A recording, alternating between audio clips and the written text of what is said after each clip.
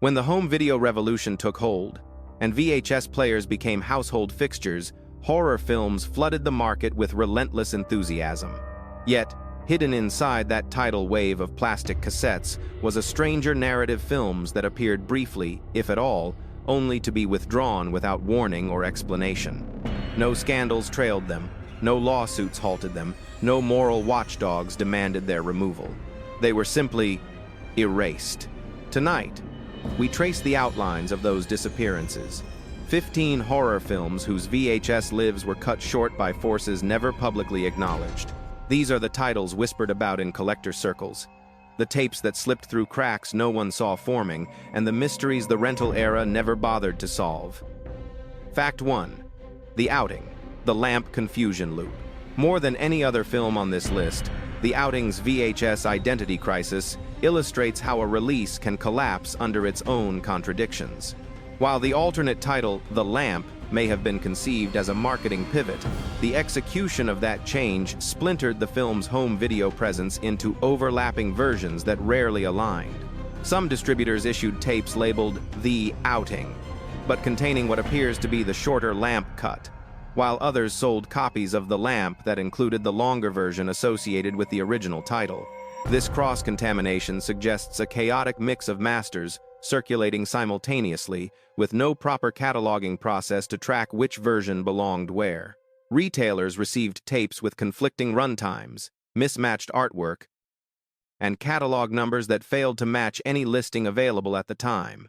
Faced with increasing confusion and likely a flood of mislabeling issues, distributors quietly phased out both titles. The result is a dual film paradox in which neither name can be pinned to a definitive cut. Instead, the legacy of the release exists as a tangled web of mislabeled tapes, contradictory versions, and a distribution trail that evaporated before anyone could stabilize it. Even now, collectors debate which edition represents the intended release, proof that The Outing and The Lamp stand as one of the VHS era's most confounding identity spirals. Fact 2. The Forest, 1982. Despite its modest origins, The Forest should have enjoyed a straightforward transition to VHS, given its theatrical run and presence on cable broadcasts. Instead, its home video life unraveled almost immediately. Some stores received oversized clamshells with artwork that bore little resemblance to official posters.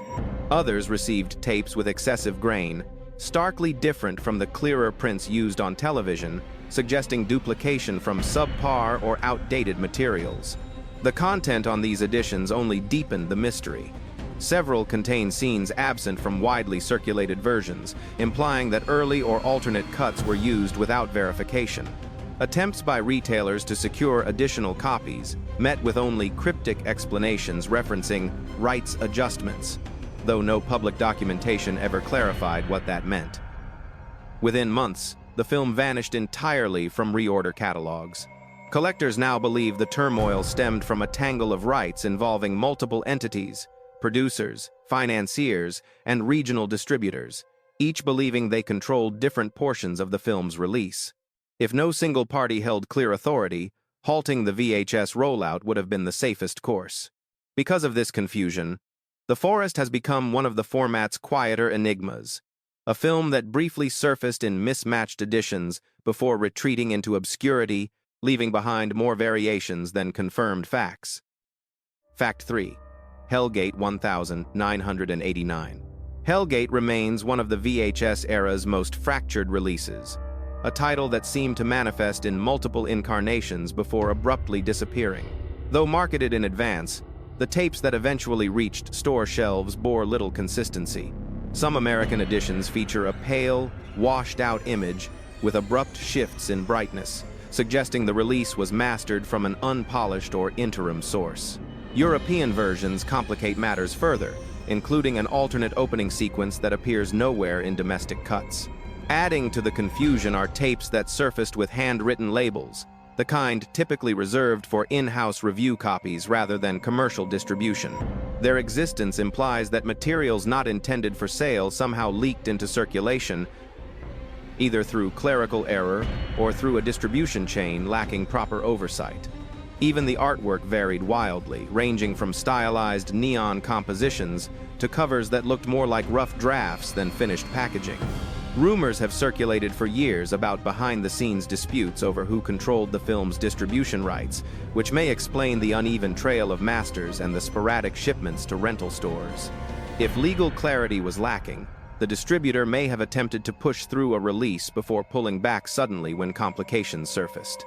Ultimately, Hellgate's VHS legacy feels like a mosaic of partial attempts, an array of mismatched editions that hint at a release forever, teetering between legitimacy and accident, leaving collectors with a puzzle missing half its pieces.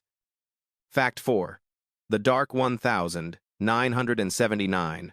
The Dark was positioned for a notable VHS debut, heavily promoted in distributor sheets and included in early pre-order lists.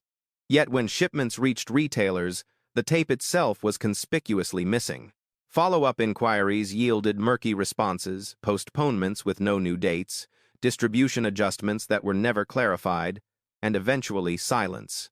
Without explanation, the film vanished from catalogs as though the planned release had never truly existed. A handful of tapes believed to originate from early test batches suggest what might have been. These rare editions contain transfers markedly softer and less stable than later television prints, with colors that drift unpredictably and audio that wavers in and out. Several copies open with a mysterious distributor logo that cannot be traced to any recognized entity, fueling speculation that the tape may have been struck from an interim screener rather than a finalized master.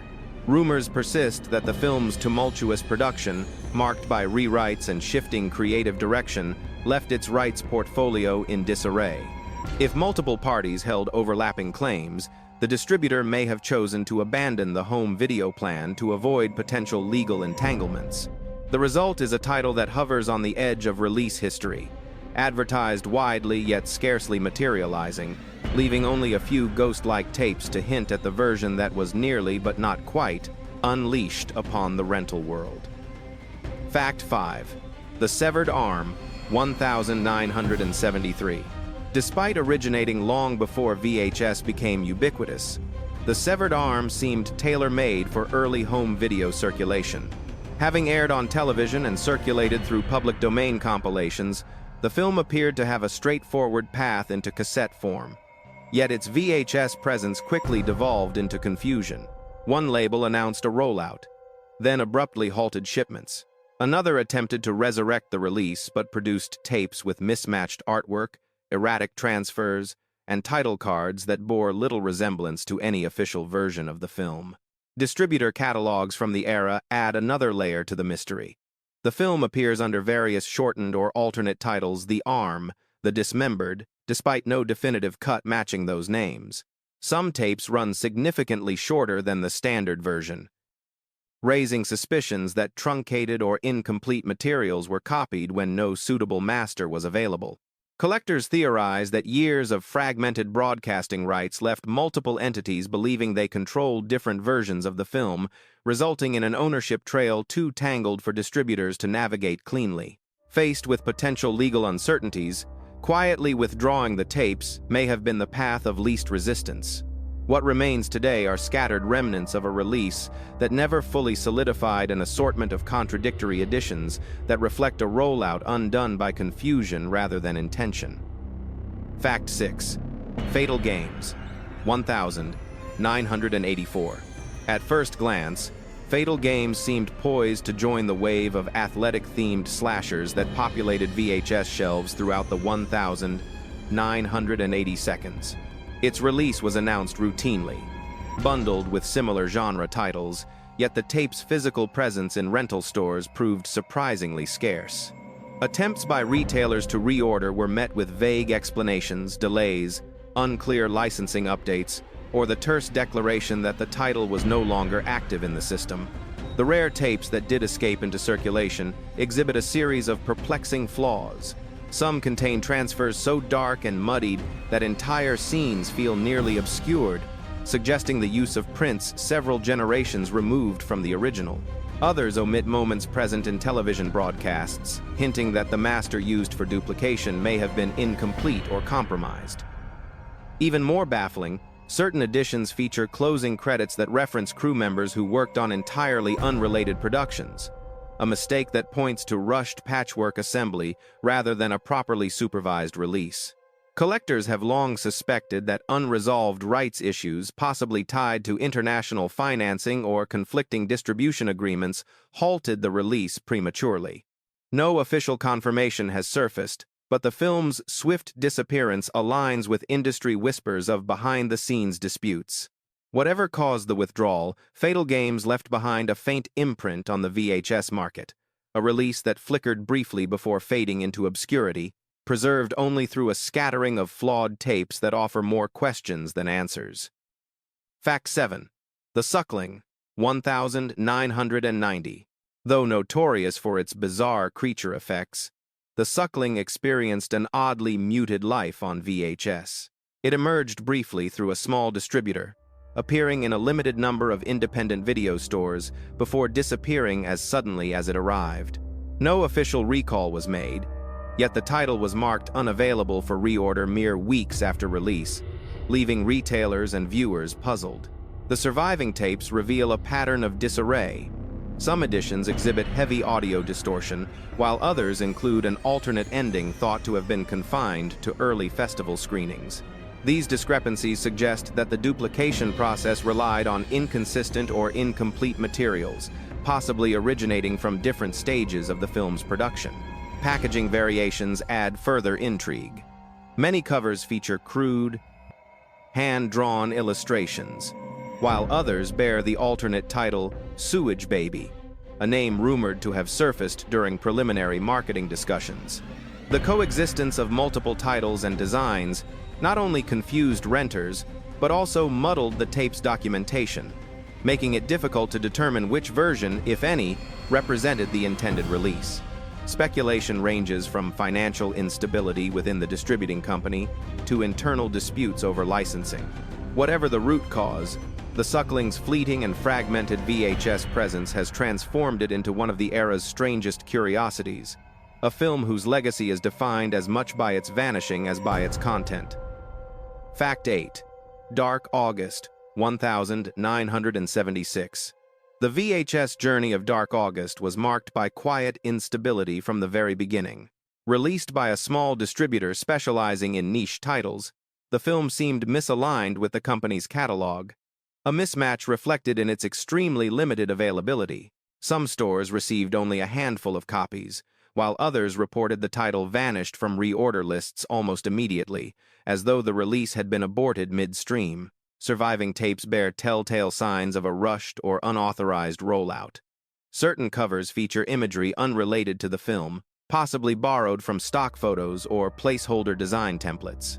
Others display fonts and layouts inconsistent with the distributor's usual style, giving the impression of last-minute revisions. Meanwhile, the video transfer shifts abruptly in quality, oscillating between clean and heavily degraded sections, suggesting that multiple source prints were used without standardization. Years later, when asked about the release, filmmakers expressed surprise that any VHS edition existed at all. Their confusion implies that at least part of the distribution may have occurred without full approval, or through rights channels that were never formalized. As a result, Dark August became a tape defined not by its content, but by its fractured history, an artifact whose presence on VHS feels more like an accidental leak than a legitimate commercial product. Fact 9. Don't Go in the Woods, 1981. Among the many oddities of early home video, few tapes demonstrate the VHS era's confusion as vividly as Don't Go in the Woods. Although promoted with other low-budget slashers, the versions that wound up in rental stores bore little uniformity.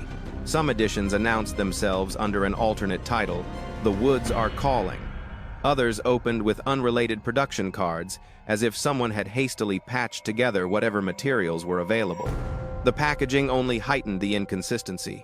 A number of tapes circulated with artwork stolen from entirely different horror films, implying that distributors may have been scrambling to assemble a sellable product without access to proper promotional materials. Runtimes also varied dramatically. Some copies ran noticeably shorter or longer than expected, leading collectors to suspect that multiple edits, possibly sourced from incomplete cuts, were pushed out without verification. Adding to the mystery, certain rental shops reported receiving an informal request to stop carrying the title, an unusual move considering the film never courted controversy. This abrupt cessation left the tape scarce at a time when even modest slashers saw wide distribution. Today, the surviving variants resemble contradictory fragments from different production lines. None appear definitive, and together they form an enigmatic trail, suggesting that Don't Go in the Woods was less a coordinated release and more a series of mismatched attempts to get the film onto shelves before it vanished entirely. Fact scene: Winterbeast 1992. Few films embody VHS-era ambiguity quite like Winterbeast. For some collectors, its existence on tape is a matter of personal memory. For others, it borders on myth. Unlike most releases, there is no definitive catalog entry tying the film to a single distributor. Instead, a mixture of unofficial-looking tapes, many bearing plain white labels, has created the impression that the film may have reached home video through channels far outside standard release procedures. The tapes themselves fuel further speculation. Certain versions feature abrupt tonal shifts, uneven color grading, or scenes cut together in ways that don't appear in later restorations. The inconsistencies are so pronounced that some believe early assembly cuts were duplicated before the film reached its final form. Others suspect that unauthorized copies circulated when a rough master leaked into a duplication facility. Interviews with the filmmakers only deepen the fog. Some recall discussions about a potential VHS release, while others insist no official edition was ever produced. Without consensus, the truth remains fractured between conflicting memories and the handful of tapes that collectors have unearthed. Because of these contradictions, Winterbeast has become a staple of VHS folklore, less a conventional release than a mysterious artifact, caught between rumor and reality that somehow slipped into circulation before anyone could explain how. Fact 11. The Dark Power, 1985. At first glance, The Dark Power seemed tailor-made for a memorable VHS run.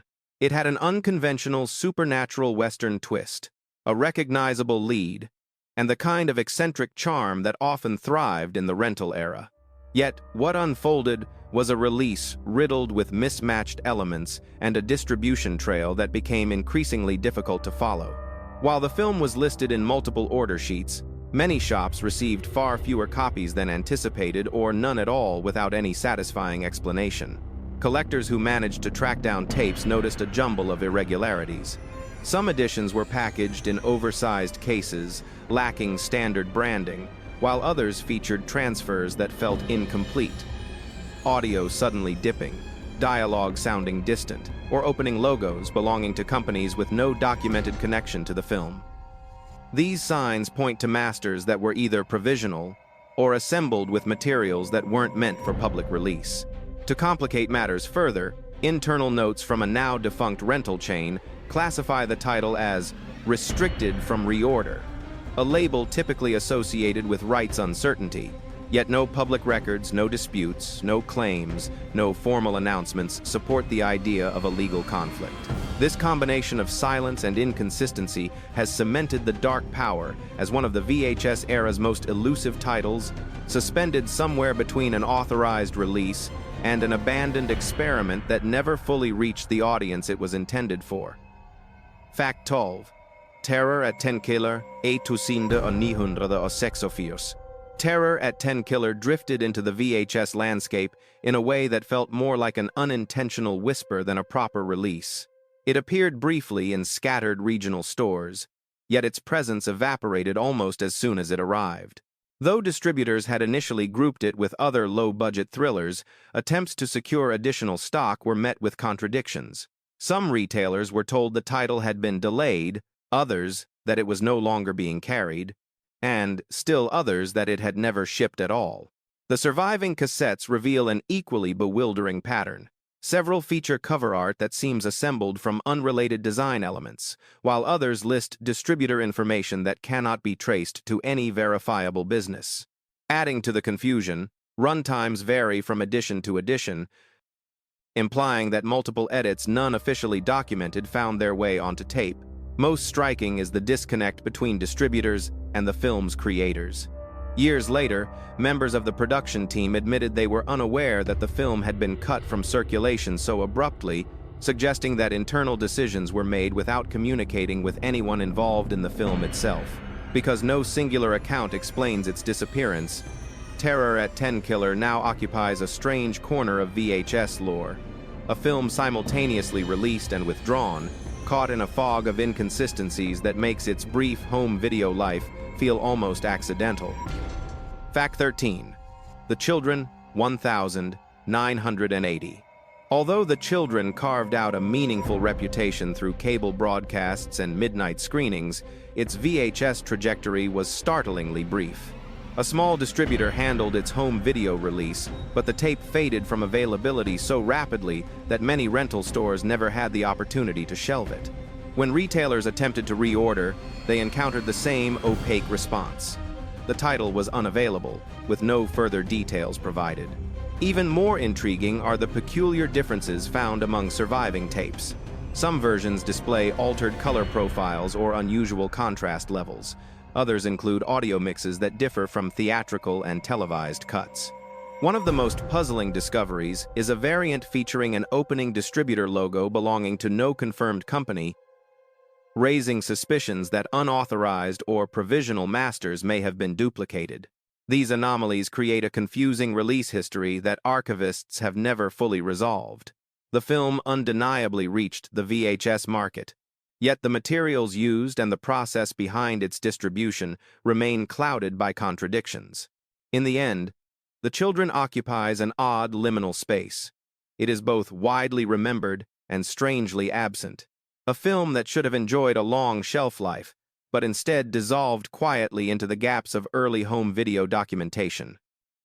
Fakt 14. Blood Frenzy 1987. Blood Frenzy is often cited as one of the clearest examples of a horror film whose VHS life ended before it properly began. Though Prism Entertainment handled the release and outfit with a solid distribution record, the tape never achieved substantial penetration in the rental market. Whispers soon circulated about an internal recall, but Prism offered no public explanation, and stores were left with nothing more than a title abruptly marked off-limits. The scattered tapes that survived evoke the sense of a release still in mid-assembly. Some copies sport flimsy, low-resolution box art, as if slapped together from provisional designs. Others contain transfers riddled with technical flaws, clipped audio, missing frames, or sudden color distortions that suggest duplication from an incomplete print. The inconsistencies are so pronounced that no two surviving copies look entirely alike. Despite confirmation that the film's elements remain intact, Blood Frenzy has yet to receive a modern restoration or official reissue. Its disappearance wasn't driven by scandal or by damaged negatives, but by something quieter and far less clear, something that halted its home video presence almost immediately. In the end, it stands as one of the VHS format's quietest vanishments. A slasher ready-made for the rental shelves, swallowed by a withdrawal no one can definitively trace. Fact 15. Demon Rage, 1982. When Demon Rage briefly surfaced on VHS, its presence felt more like an accidental appearance than a planned release. Rental stores reported receiving copies with drastically different packaging. Some marketed it as a supernatural thriller, while others leaned heavily into adult-oriented imagery, as if distributors couldn't agree on what film they were selling. This fractured identity created immediate confusion and hints at a release that lacked any coherent strategy from the start. The inconsistencies extended to the tapes themselves. Certain editions open with distributor logos not found in any verified catalog, while others begin abruptly, missing opening credits altogether. Some copies contain scenes that differ in tone and pacing from later digital restorations, suggesting that early or alternate cuts were mistakenly pressed onto tape. These mismatches imply that multiple unverified masters were used, possibly without oversight, which would explain why no two surviving copies seemed to match. What made the film's VHS life even more peculiar was the speed of its withdrawal. Stores attempting restocks found the titles suddenly unavailable, despite no recall notices and no documented rights complications. Given the film's unusual blend of supernatural drama and softcore elements, some collectors have speculated that distributors may have abandoned the release to avoid misclassification or regulatory scrutiny, but no official explanation ever surfaced. As a result, Demon Rage exists in VHS history as a fleeting anomaly released in confused fragments, mislabeled across markets, and removed so quietly that even long-time rental stores barely realized it had vanished. Its scattered tapes remain as the only evidence of a rollout that dissolved almost as soon as it began. Bonus pick: Boarding House 1982. Few shot-on-video horrors have a home video history as scrambled as Boarding House. From the moment it entered the VHS market, the film appeared in a bewildering assortment of formats that almost seemed to contradict one another. Some editions boasted bright, stylized covers drenched in neon. Others relied on stark, monochrome artwork that looked more like concept sketches than finished packaging. It was as though each distributor, or perhaps each duplication batch, carried its own interpretation of what the tape should look like. The content on these tapes only magnified the disarray. Certain versions run nearly 2 hours, incorporating scenes and transitions missing from the theatrical presentation. Others clock in far shorter, stitched together with abrupt cuts and uneven audio levels that suggest the use of unfinished materials or alternate masters. The disparities are so significant that collectors often describe Boarding House not as a film with multiple cuts, but as several films wearing the same name. Compounding the confusion is the handful of tapes circulating under the alternate title House Guest from Hell, a label whose origin remains murky. Whether it reflects an early marketing test, a bootleg rebrand, or a misinterpretation from an unauthorized duplication house is still debated. In distributor records, the film's listing appears inconsistently prominent in one cycle, absent the next, sometimes without a catalog number altogether. These inconsistencies paint a picture of a release struggling to take shape, splintering into conflicting forms before quietly dissolving from circulation. In the end, Boarding House feels less like a single VHS release and more like a glitch in the medium itself, a fractured rollout that scattered shards of the film across the rental landscape before drifting into obscurity. If these vanished releases left you uneasy, remember they're only a fraction of the titles that slipped through the cracks of the VHS age. Behind every lost tape lies another story half remembered, another disappearance no one bothered to document, another film waiting in the dark for someone to notice it again. If you're willing to keep exploring the forgotten corners of horror's past, the path deeper into the shadows is always open.